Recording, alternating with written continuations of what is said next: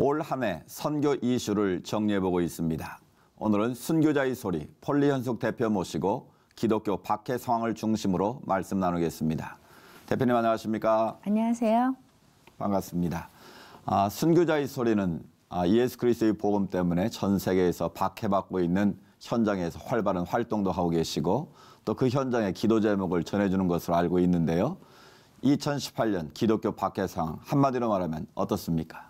1900년도부터 이번 해까지 지구촌 곳곳에서는 기독교 박해 상황이 증가하고 있습니다. 또한 순교자의 숫자도 많아지고 있습니다. 네. 그런데 기독교가 박해하는 이유를 우리가 알고 싶은데요. 그거는 로마 제국 시대 때에 그 도시에 있는 사람들이 자신들의 신을 우리가 섬기지 않기 때문에 핍박을 받는 것이고요. 오늘날 핍박을 받는 이유도 또 똑같은 이유입니다. 네.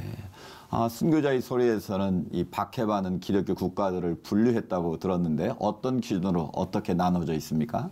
첫 번째는 이슬람 지역이고요. 네. 인도네시아를 포함한 중동 지역이 여기에 속합니다. 이슬람은 장소의 종교입니다. 그래서 물론 이슬람 지역에서 기독교인들이 핍박을 받는 것은 당연한데요. 네. 이 무슬림 개종자들은 그 장소에서 무슬림 가정에서 태어나면 무슬림으로 자라는데 개종을 하게 되면 아주 심한 핍박을 받게 됩니다. 네. 그래서 그 핍박을 피하지 않고서는 무슬림 개종자가 생겨날 수가 없는 것입니다. 만약에 무슬림이 개종을 하면 당신은 우리와 다른 사람이고 우리 중에 하나가 아니고 사람도 아니고 개종자라는 그러한 이름을 받으면서 호칭을 받으면서 핍박을 받게 됩니다. 네. 그럼에도 불구하고 최근 정보들에 의하면 무슬림들 가운데 많은 회심이 있다고 들었는데 실제 상황 어떻습니까? 전 세계에 하나밖에 없는 전 세계의 그 무슬림 개종자 숫자가 나왔습니다. 데이터에 의하면 네. 1960년도부터 2010년도까지 2천만 명의 무슬림 개종자가 생겼고요. 네. 또한 유럽에 이주를 온 무슬림들 개종자가 2015년도부터 2만 명이 예. 달했습니다. 네. 이거는 대단한 숫자입니다. 이슬람교가 시작된 이후로 1300년보다 지난 몇십 년 만에 생긴 무슬림 개종자는 대단한 숫자를 보여주고 있습니다. 현재 가장 빨리 성장하는 그런 곳은 이란입니다. 네. 이란에서 무슬림 개종자로 인해서 가장 빨리 전 세계에서 성장하는 교회로 하나님의 역사가 일어나고 있습니다. 네. 그러니까 첫 번째는 이제 이슬람 지역이고 그럼 두 번째로 박해받는 지역은 어디로 분류하고 있습니까? 두 번째는 힌두교 지역이고요. 힌두교지요. 네, 힌두교 지역이고 인도의 북쪽 7개의 주와 네팔 등이 여기에 속합니다. 힌두교는 많은 신을 섬깁니다. 그런데 예수님도 굉장히 좋아해요. 네. 그래서 예수님을 여기에 두고 16개의 다른 신도 섬깁니다. 여러 신 중에 하나군요. 그렇죠. 네네. 그런데 우리 기독교인들은 유일한 한 분이신 하나님만 믿고 이 다른 그들이 섬기는 신은 사탄이나 악마라고 하기 때문에 네. 핍박을 받습니다. 그리고 인도에는 안티 컨버전이라는 그 개종하면 법으로 그 처벌을 받는 법이 있습니다. 네. 그리고 소수의 기독교인들이 핍박을 받게 되면 정부가 전혀 그 문제를 해결해 주지 않고 있습니다. 그럼 무슬림과 이제 힌두 지역, 그럼 나머지 지역은 어디로 분류가 됩니까? 세 번째는 불교 지역입니다. 불교 지역? 네, 불교는 스리랑카와 또 미얀마 등지를 둘 수 있는데요. 우리나라에도 25%가 불교 신자잖아요. 네, 네. 그래서 평화를 좋아하는 사람인 것 같은데 왜 핍박을 받는가라는 그런 의문이 생길 수 있어요. 네, 네. 그런데 그 불교 나라에서는요. 정부가 핍박을 하는 것이 아니라 불교 신자 이웃이 핍박을 합니다. 이유는 로마 제국 시대 때 마찬가지로 왜 외국 신을 믿어서 우리가 어떤 나쁜 일이 생기면 당신네들이 외국 신을 섬겨도 이렇다 그러면서 픽박을 받는 것입니다. 네 번째는 공산주의 지역입니다. 공산주의 지역은 북한을 포함한 러시아 일부, 그다음에 중국, 베트남, 베트남, 라오스입니다. 공산주의는 정치적인 체제가 아니라 사탄주의입니다. 네. 공산주의에서 섬기는 것은 공산주의를 보면 보통 이렇게 성스러운 글이 있고요. 그 다음에 자신들을 구원해주는 메시아가 있고, 뭐 어둠에서 뭐 빛으로 이렇게 데려오는 그런 거가 있고, 그 다음에 예배 같은 거. 북한의 경우에 보면은 생활 총화가 있잖아요. 네. 그런 것들이 있는데 그것들이 공산주의에서 섬기는 것은 사실 가짜 신을 섬기는 거거든요. 그렇기 때문에 기독교를 핍박하는 이유는 그 자신들이 섬기고 있는 가짜 신이, 가짜 우상 이런 것들이 다 드러나기 때문에 기독교를 핍박하는 것입니다. 네. 최근 들어서 중국의 기독교 박해가 급증하고 있는데요. 이것은 종교 사무조례 발표 이후 그 영향이라고 볼 수 있는지요? 어떻습니까? 중국은 문화 대혁명 이래로 아주 심각한 핍박이 왔다라고 할 수 있습니다.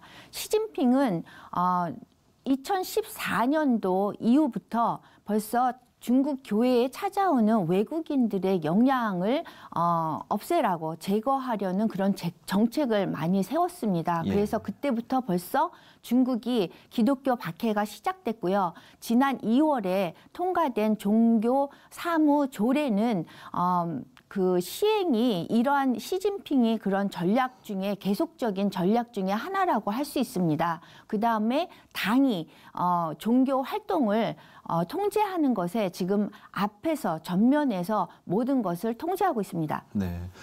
예전에 공산주의가 강했던 러시아도 최근에 여러 가지 박해 상황이 들려오고 있는데 러시아 상황은 어떻습니까?